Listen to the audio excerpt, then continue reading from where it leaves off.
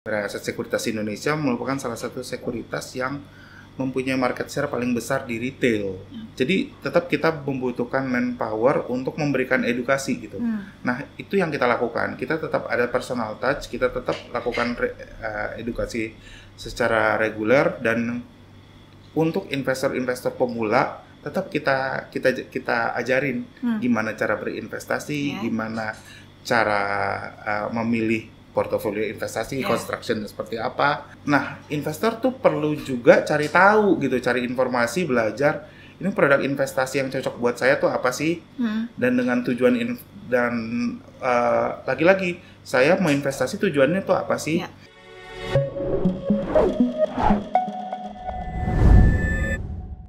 Halo teman-teman, berjumpa lagi dengan saya Ina yang akan menemani teman-teman semua di program Cari Tahu yang dipersembahkan oleh Asosiasi Emiten Indonesia.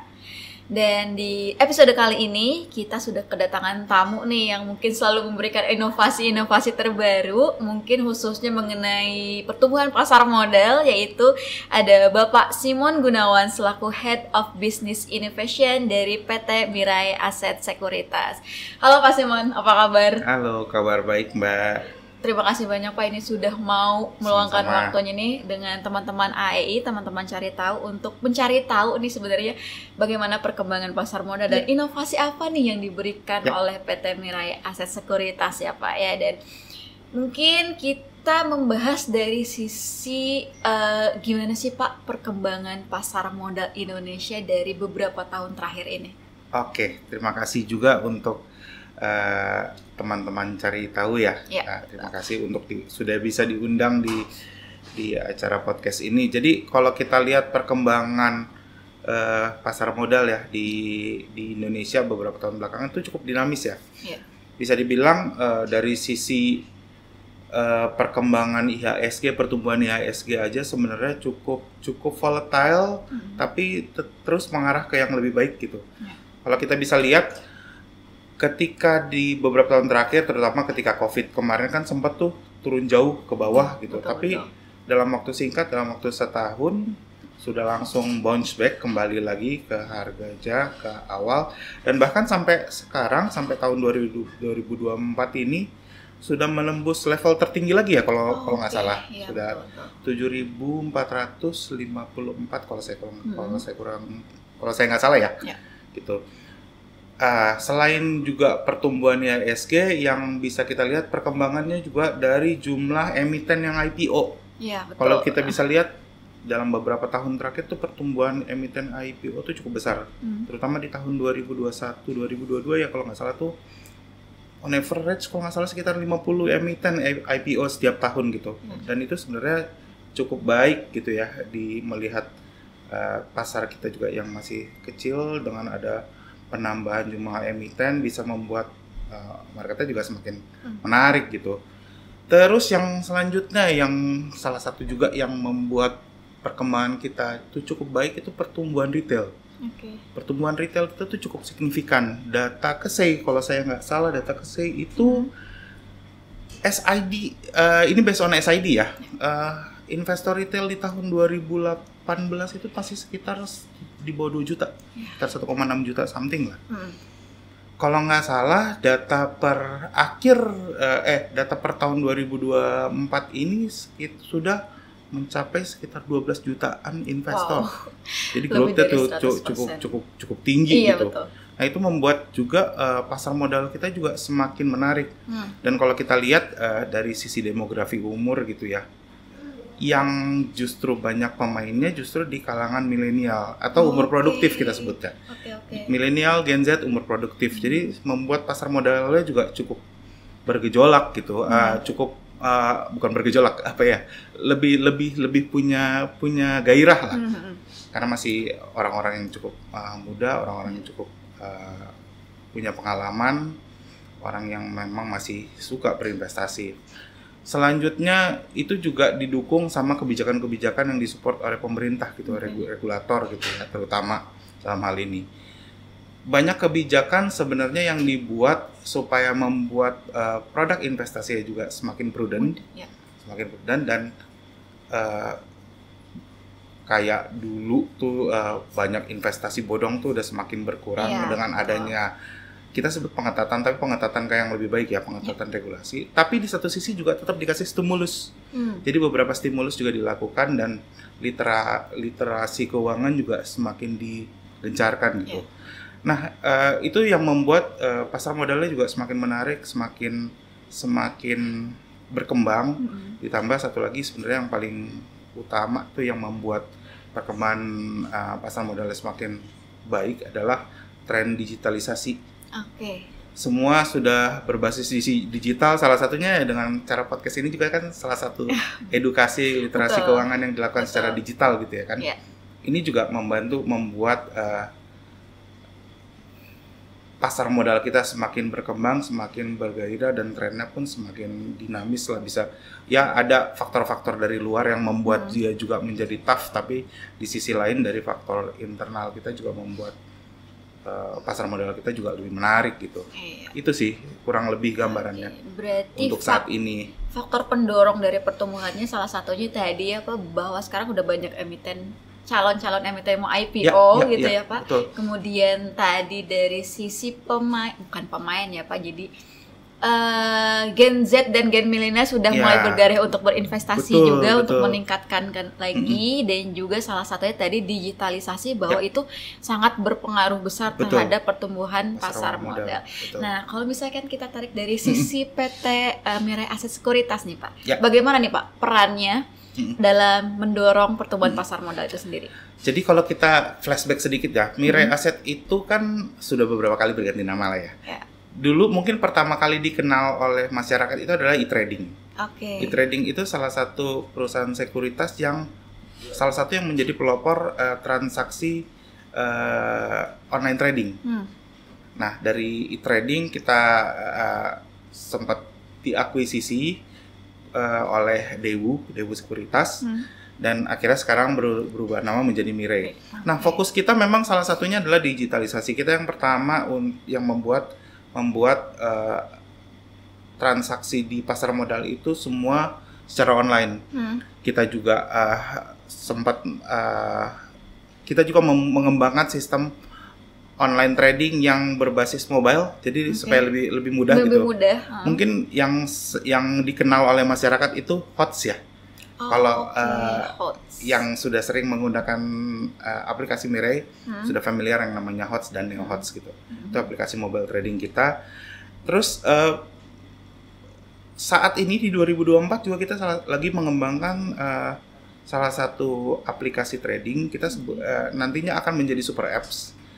Jadi di apps ini nantinya masyarakat bisa bertransaksi saham, seluruh produk pasar modal lah, saham, obligasi, reksadana, ETF, dan lainnya di dalam satu aplikasi namanya M-Stock.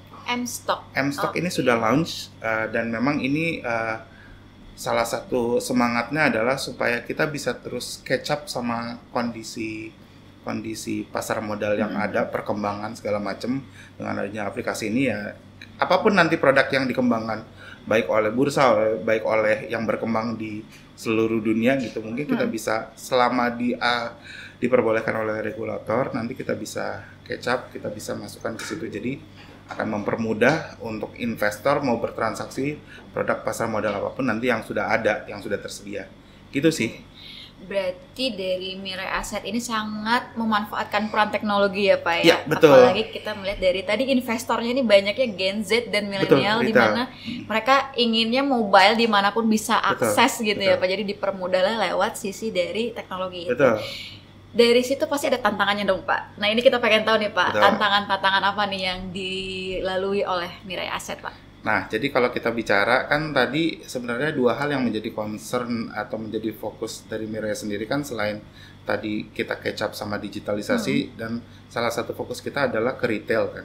Jadi mungkin juga bisa untuk diinformasi aja, Mirai Aset Sekuritas Indonesia merupakan salah satu sekuritas yang mempunyai market share paling besar di retail gitu.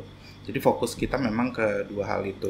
Nah, tantangannya adalah lagi-lagi ketika berurusan sama retail investor ini kan pinginnya sesuatu yang adaptif.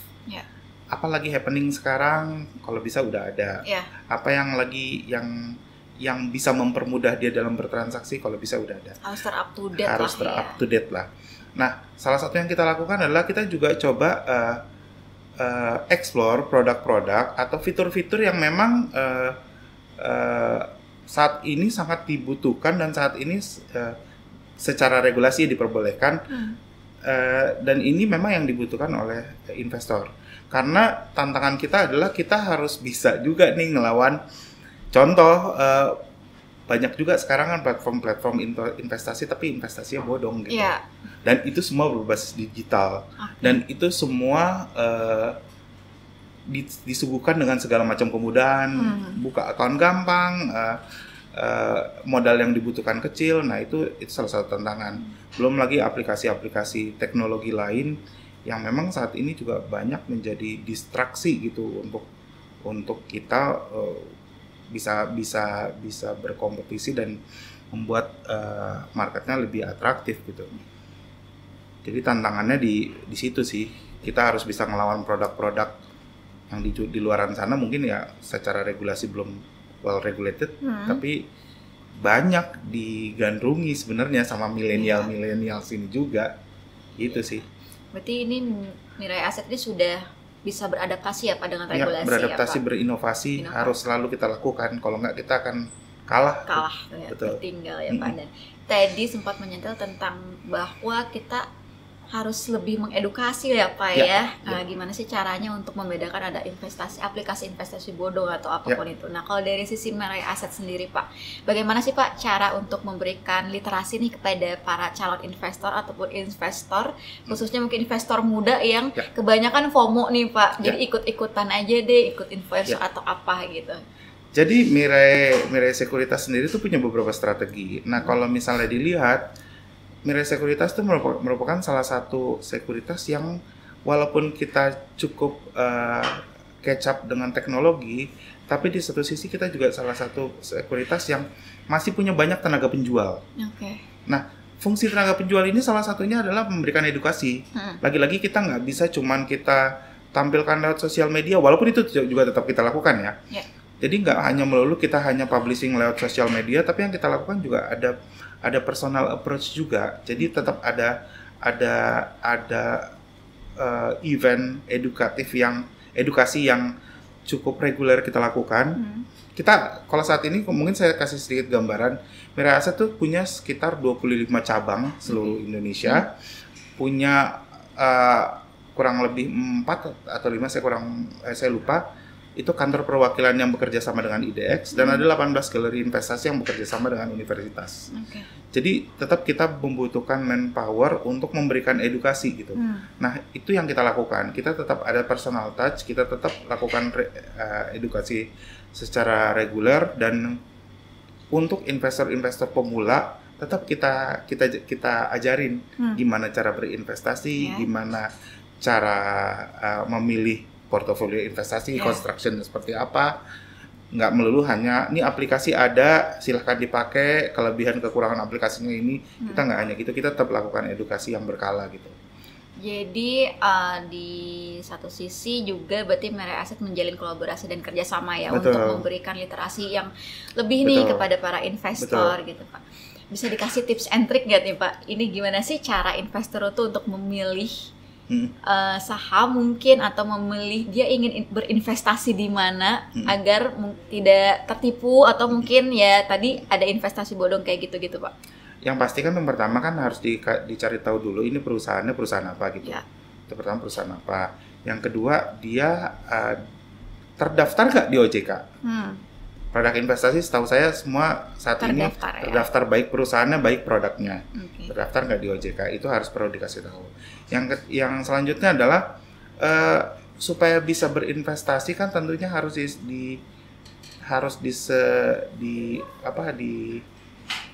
disesuaikan dengan tujuan investasi si calon investor. Nah, investor tuh perlu juga cari tahu gitu, cari informasi, belajar ini produk investasi yang cocok buat saya tuh apa sih, dan dengan tujuan lagi-lagi saya mau investasi tujuannya tuh apa sih. Nah, itu kita juga Mirai Asset tuh juga kita banyak memberikan edukasi baik secara langsung atau enggak kita lewat sosial media. Kita tuh di Instagram dan di YouTube itu cukup aktif. Jadi di YouTube itu kita ada beberapa program yang memberikan edukasi. Salah satunya kita sebut ada program edukasi BBM, belajar bareng Mirai. Belajar bareng Mirai. Nah, itu bisa belajar di situ tuh. Produk apa yang cocok ya, dengan saya, terus produk investasinya tuh apa. Itu banyak macam-macam semua dibahas di situ.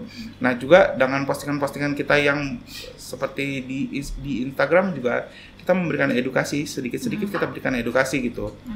Dan kita juga kasih tahu saat ini tuh kondisi market, terus atau enggak kalau kita spesifik ngomong saham, kondisi sahamnya tuh sekarang seperti apa, itu kita berikan informasi dan kita kasih sedikit edukasi gitu.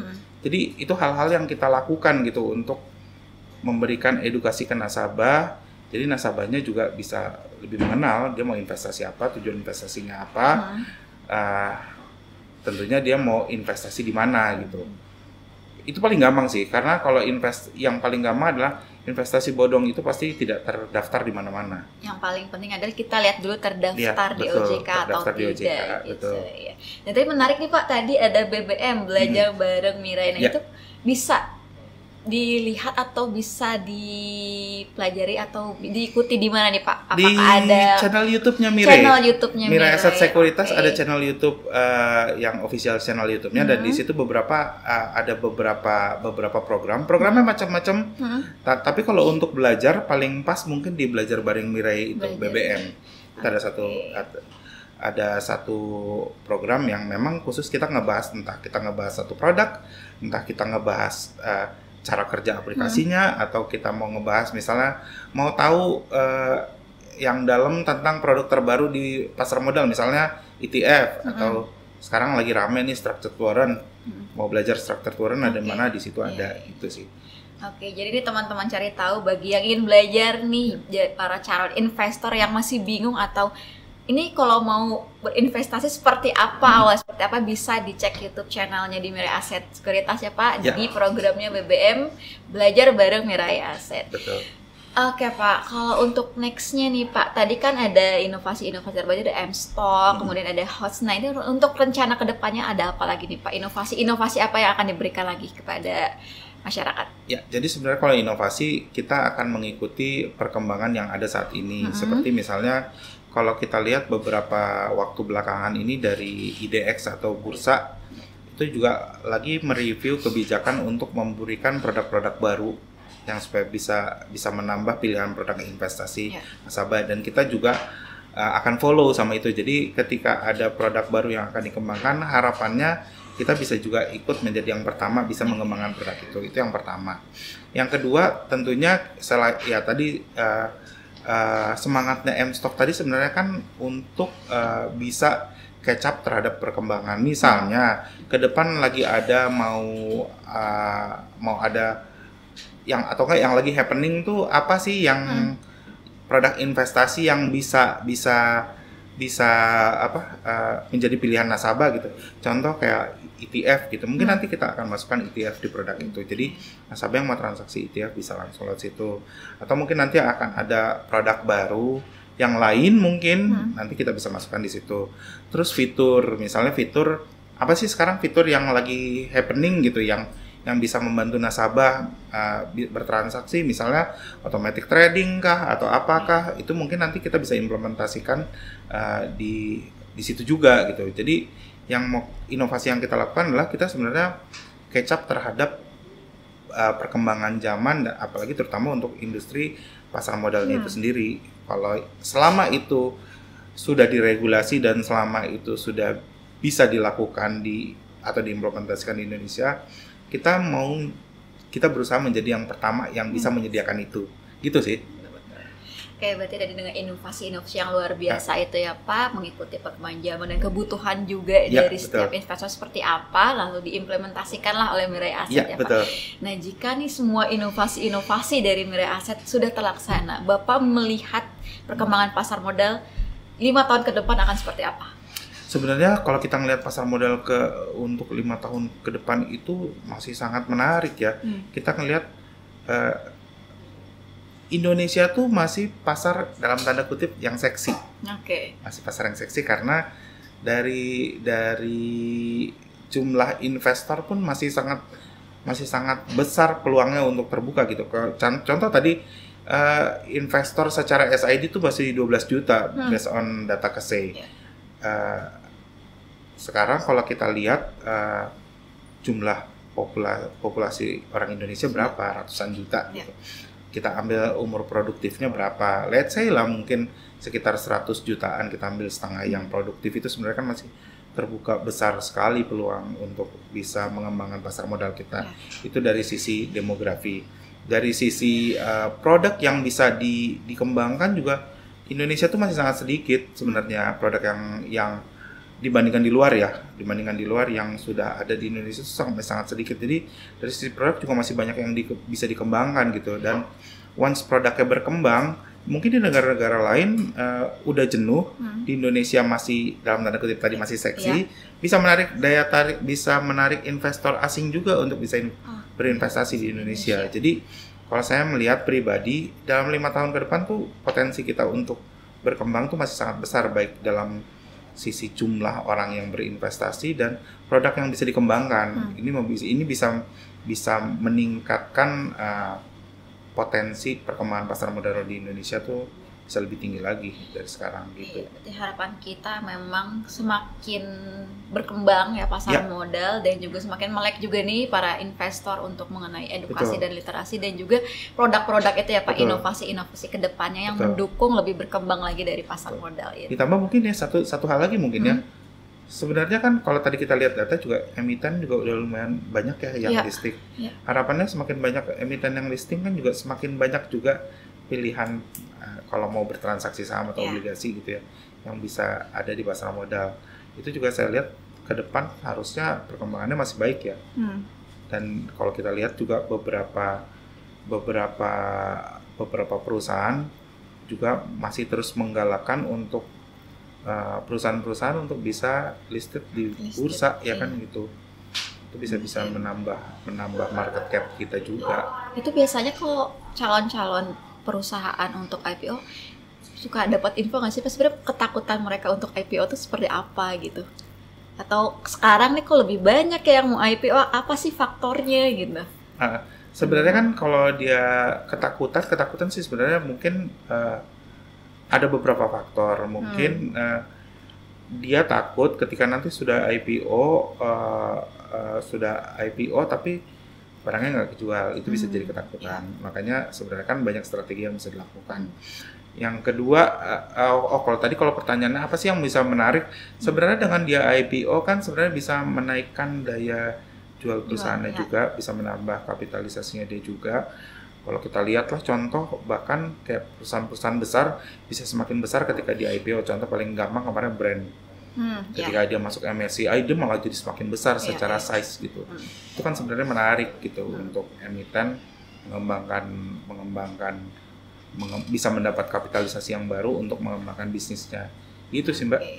Jadi mungkin selain edukasi kepada investor, ada juga ya edukasi kepada calon-calon perusahaan yang mau IPO ya Pak. Betul. Ya? Kebetulan kita juga punya tim IB yang cukup aktif ya. Ya kan kalau untuk IPO ini biasanya kalau di perusahaan sekuritas ada di investment banking lah, IB kita sebutnya. Kebetulan IB kita juga cukup aktif dan setiap tahun juga kita cukup aktif membawa beberapa emiten untuk bisa IPO di bursa gitu. Ya itu juga tetap kita lakukan, dan kita berharap semakin aktifnya teman-teman ini mengedukasi perusahaan-perusahaan yang mau IPO juga bisa menambah juga banyak emiten yang bisa listing di bursa gitu sih. Oke, ini menarik sih Pak. Jadi fokusnya tidak hanya investor tapi perusahaan juga ya Pak. Kan keduanya itu saling beriringan juga ya Pak ya. Oke Pak, ini sebagai penutup pesan atau yang disampaikan ini kepada teman-teman cari tahu. Ya. Boleh Pak. Untuk teman-teman cari tahu, sebenarnya pasar modal kita itu masih cukup menarik, dan nggak hanya domestik tapi baik untuk investor asing pun masih menarik untuk berinvestasi di pasar modal Indonesia. Harapannya adalah kita semakin pelajari, semakin cari tahu produk-produk yang cocok dengan kita, dan jangan dalam tanda kutip jangan asal-asalan gitu, jangan cuman pengen cari cuan, tapi dipelajari betul produk investasinya, dan kita mulai berinvestasi supaya harapannya adalah investasi itu di satu sisi bisa menjadi alat atau cara yang kita pakai untuk mencapai goals kita di masa depan. Itu sih. Luar biasa Pak Simon. Terima kasih banyak. Terima kasih, ini menarik sekali sih Pak, banyak banget insight yang bisa kita ambil nih dari obrolan saya dengan Pak Simon di episode kali ini. Sekali lagi terima kasih banyak Pak Simon. Nextnya kita bisa ngobrol lebih detail lagi ya Pak ya. Siap. Dan teman-teman cari tahu, jangan lupa untuk like, comment, and subscribe channel YouTube AEI, dan juga tunggu episode cari tahu berikutnya. Sampai jumpa.